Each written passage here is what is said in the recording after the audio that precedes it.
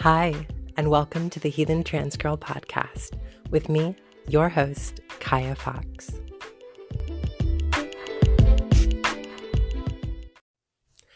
Today's episode is about the Norse Jotunn goddess, Skadi, who presides over the mountains, the snow, winter, bow hunting, so many incredible things. I personally experienced Skadi in the first snow that falls every year. I'll go outside and I feel the wind whipping around. I see the snow falling. I feel the chill in the air.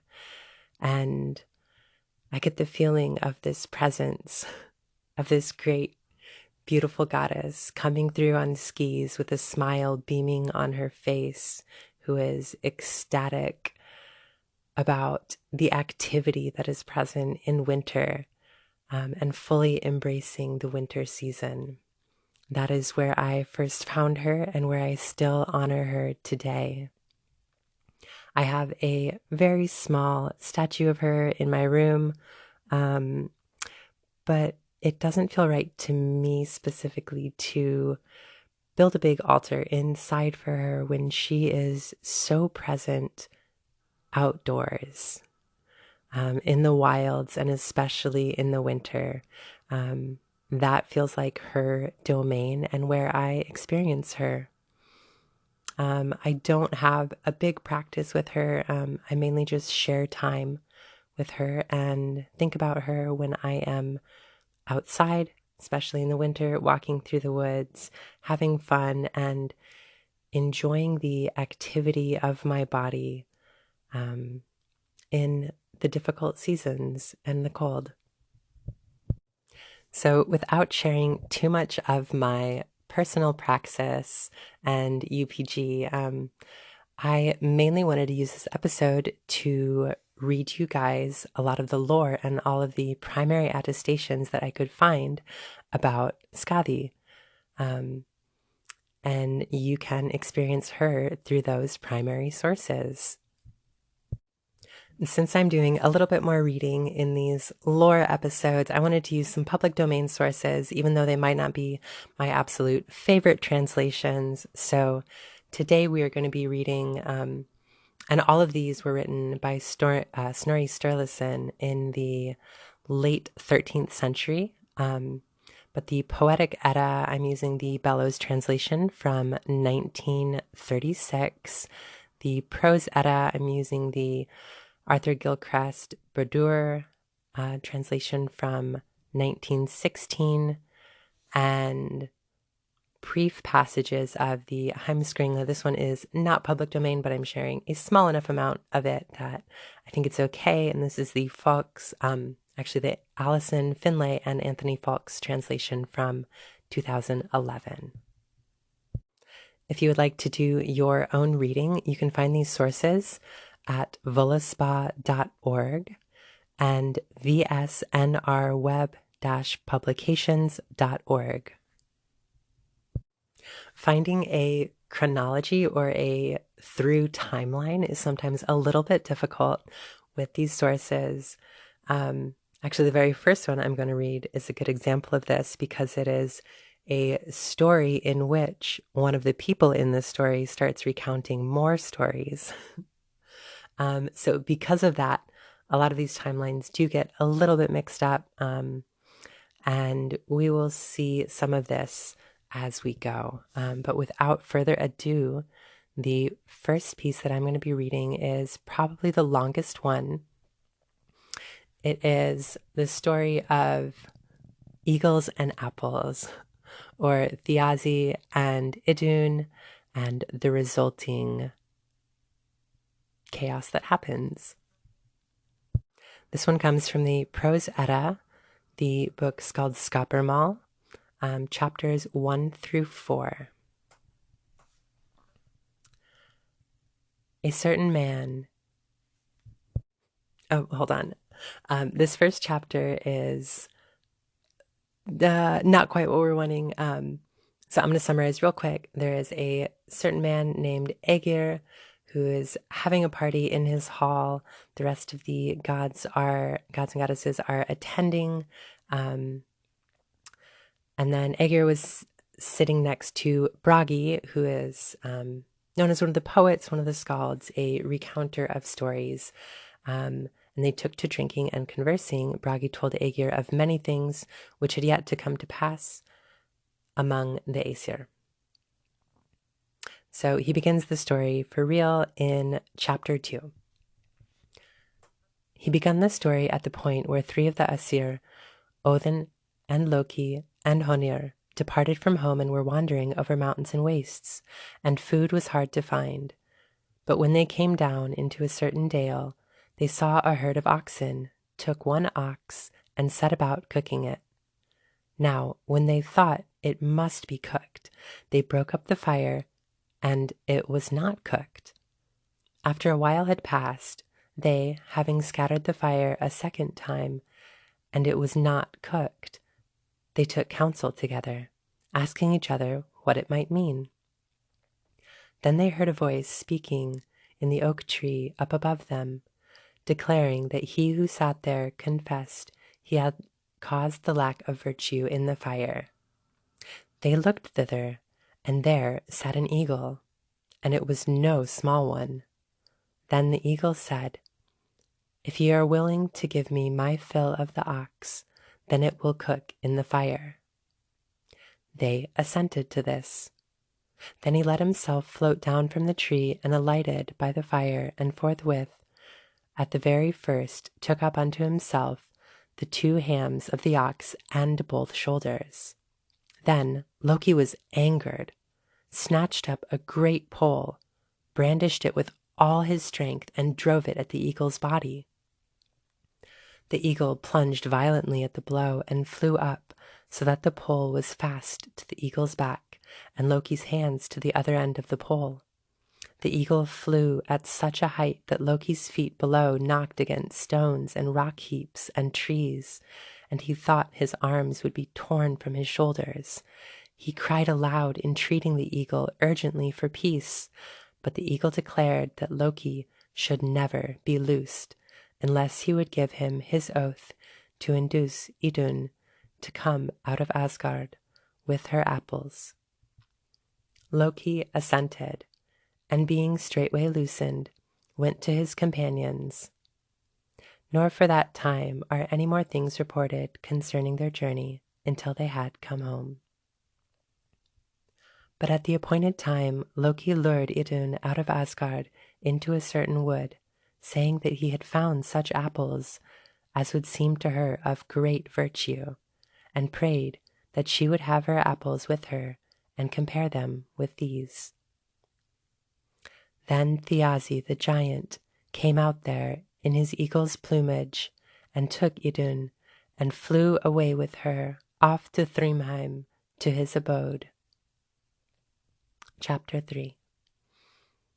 But the Aesir became straitened at the disappearance of Idun, and speedily they became hoary and old.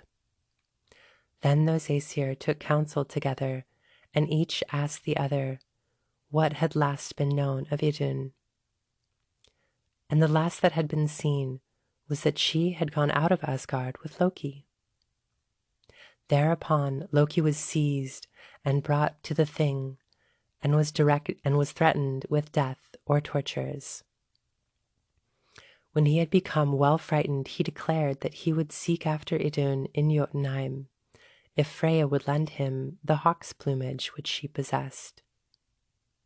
And when he got the hawk's plumage, he flew north into Jotunheim, and came on a certain day to the home of Thiazi the giant.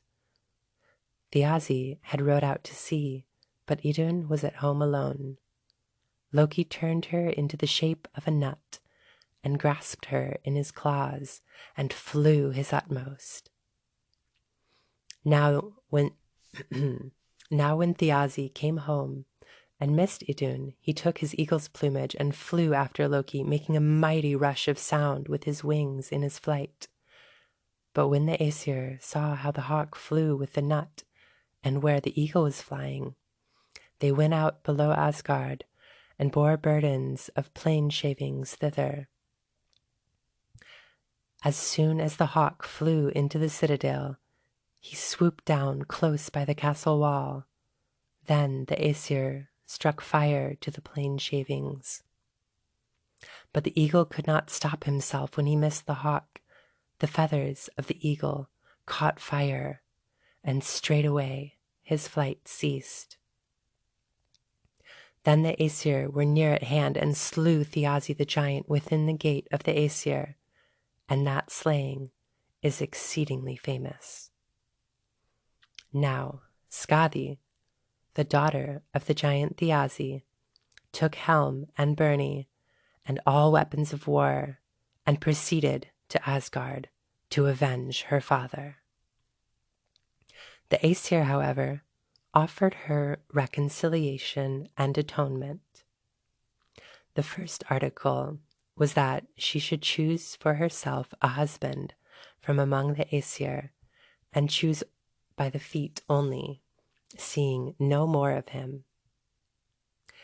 Then she saw the feet of one man passing fair, and said, I choose this one. In Balder little can below thee. But that was Njord of Jotunn. She had this article also in her bond of reconciliation, that the Aesir must do a thing she thought they would not be able to accomplish, to make her laugh. Then Loki did this. He tied a cord to the beard of a goat, and the other end being about his own genitals, and each gave way in turn, and each of the two screeched loudly. Then Loki let himself fall onto Skadi's knees, and she laughed. Thereupon reconciliation was made with her on the part of the Aesir. Chapter 4. It is so said that Odin did this by way of atonement to Skadi. He took Thiazi's eyes and cast them up into the heavens, and made of them 2 stars.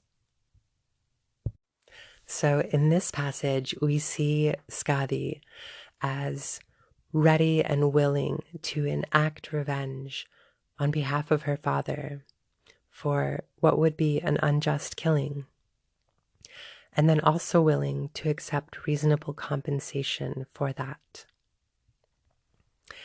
In it, we have the story of how she married Njord the Vanir, and her laughter at the antics of Loki.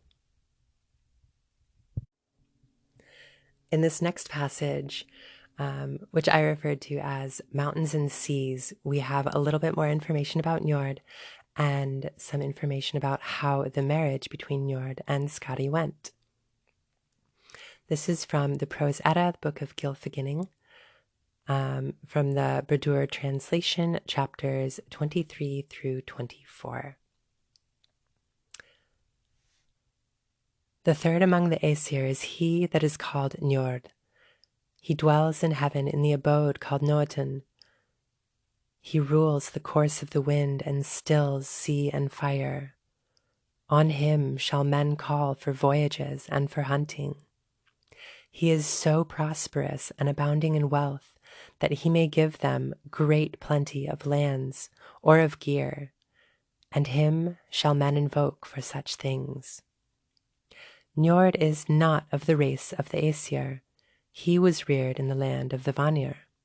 But the Vanir delivered him as hostage to the gods, and took for hostage in exchange for him that man called Honir. He became an atonement between the gods and the Vanir. Njord has to wife the woman called Skadi, daughter of Thiazi the giant. Skadi would fain dwell in the abode which her father had had, which is on certain mountains, in the place called Thrymheimr. But Njord would be near the sea. They made a compact on these terms. They should be 9 nights in Thrymheim, but the second 9 at Jotunn. But when Njord came down from the mountain back to Jotunn, he sang this lay. Loath were the hills to me. I was not long in them. Nights only 9. To me the wailing of wolves seemed ill after the song of swans. Then Skadi sang this. Sleep could I never on the sea beds for the wailing of waterfowl. He wakens me who comes from the deep. The sea mew every morn. Then Skadi went up unto the mountain and dwelt in Thrymheim. And she goes for the more part on snowshoes, and with a bow and arrow, and shoots beast.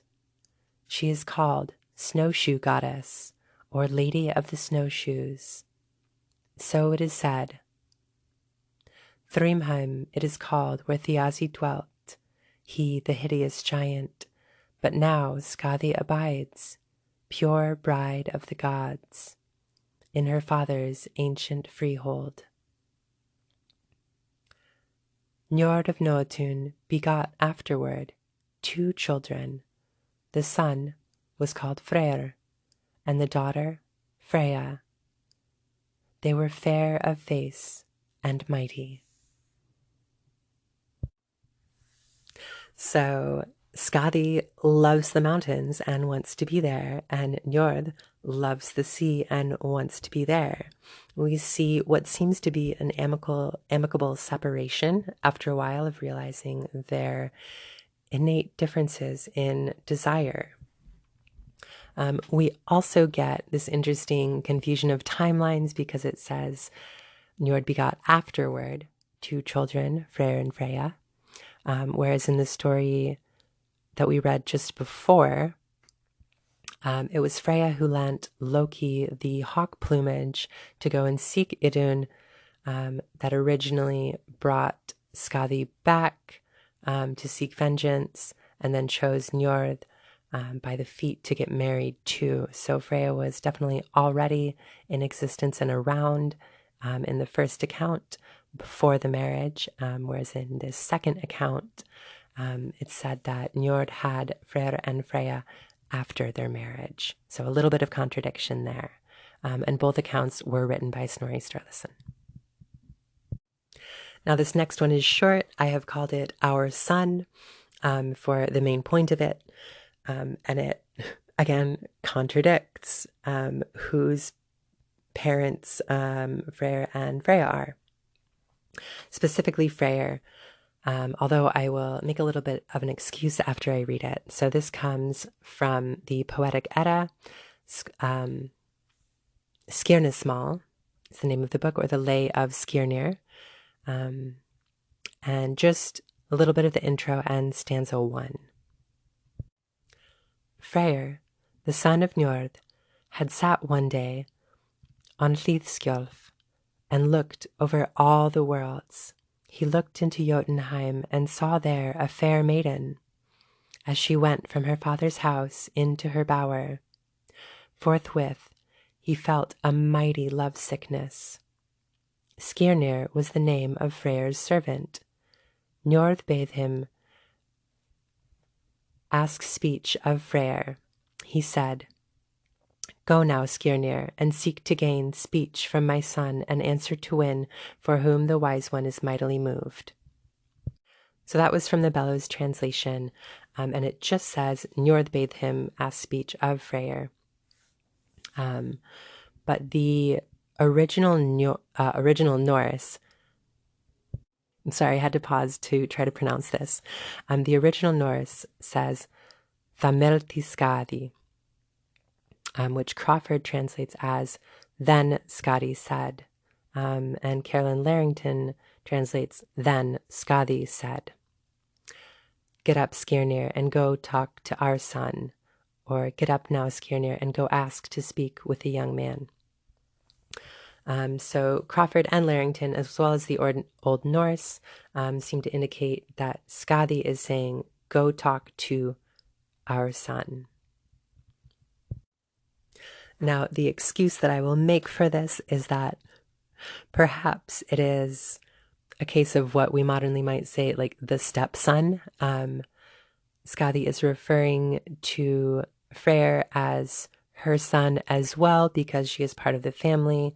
This would then happen when her and Njord are married and she is considering Freyr and Freya her children, which I find endearing.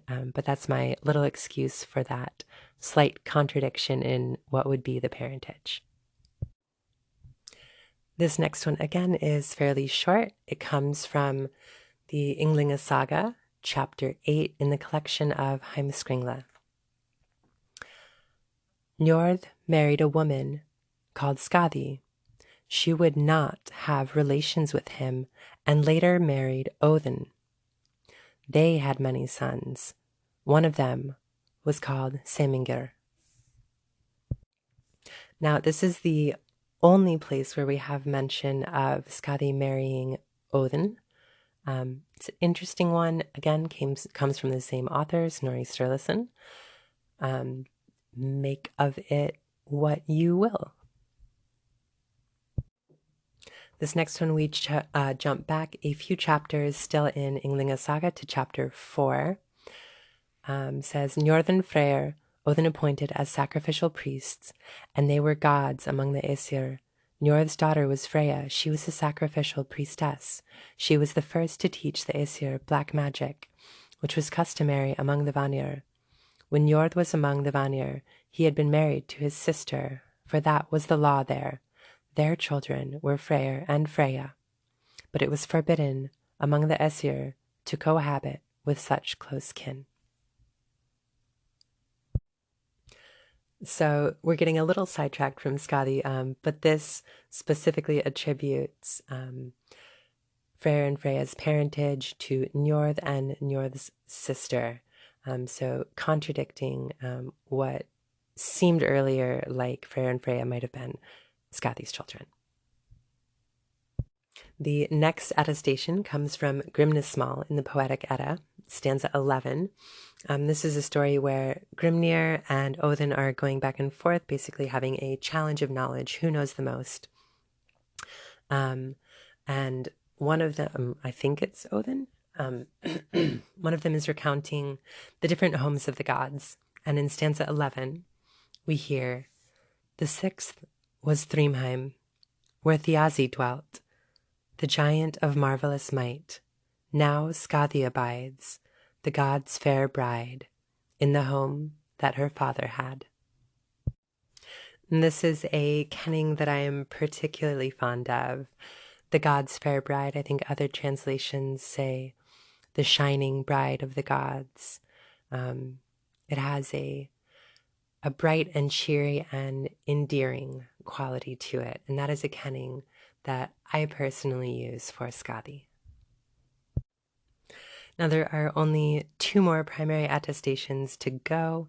They both get a little bit darker and they overlap on the same content. So this first one comes from, we'll do the older one first, comes from Lokasenna in the Poetic Edda, stanzas 49 through 52, and then the little closing bit.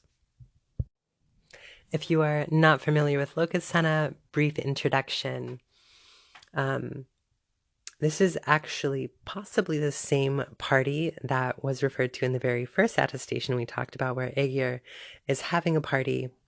People are recounting stories, drinking, having a grand old time. The hall is bright and shining. There's glittering swords and shiny stuff all around. And then Loki gets into some trouble, possibly kills somebody, gets kicked out, comes back, starts in turn insulting all the different people there or fighting with them, which is basically like an old school rap battle. And then it comes to Skadi's turn.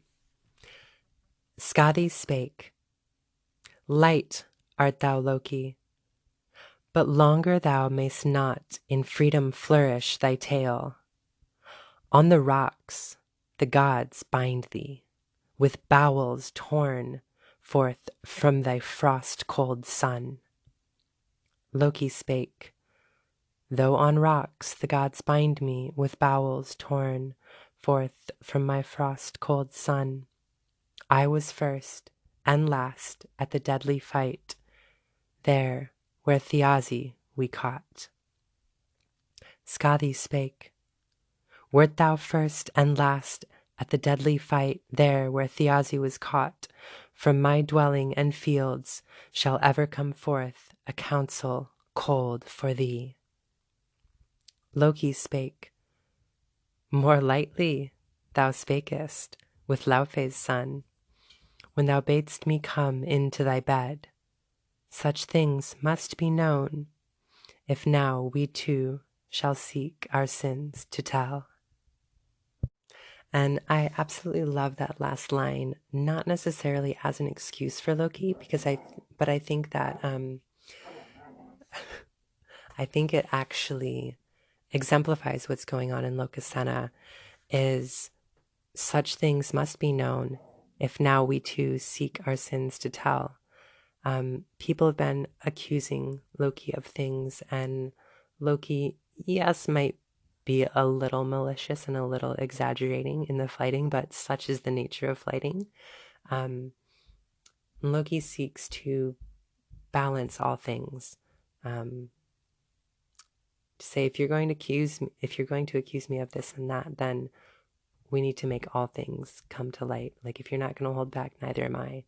And that is why Lokasenna escalates so quickly as it does, is because they're all basically just washing their dirty laundry in front of each other in this exaggerative form. And then the closing of Lokasenna.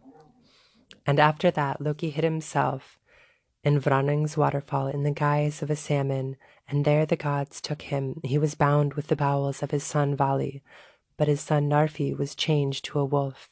Skadi took a poison snake and fastened it up over Loki's face, and the poison dropped thereon. Sigyn, Loki's wife, sat there and held a shell under the poison. But when the shell was full, she bore away the poison, and meanwhile the poison dropped on Loki.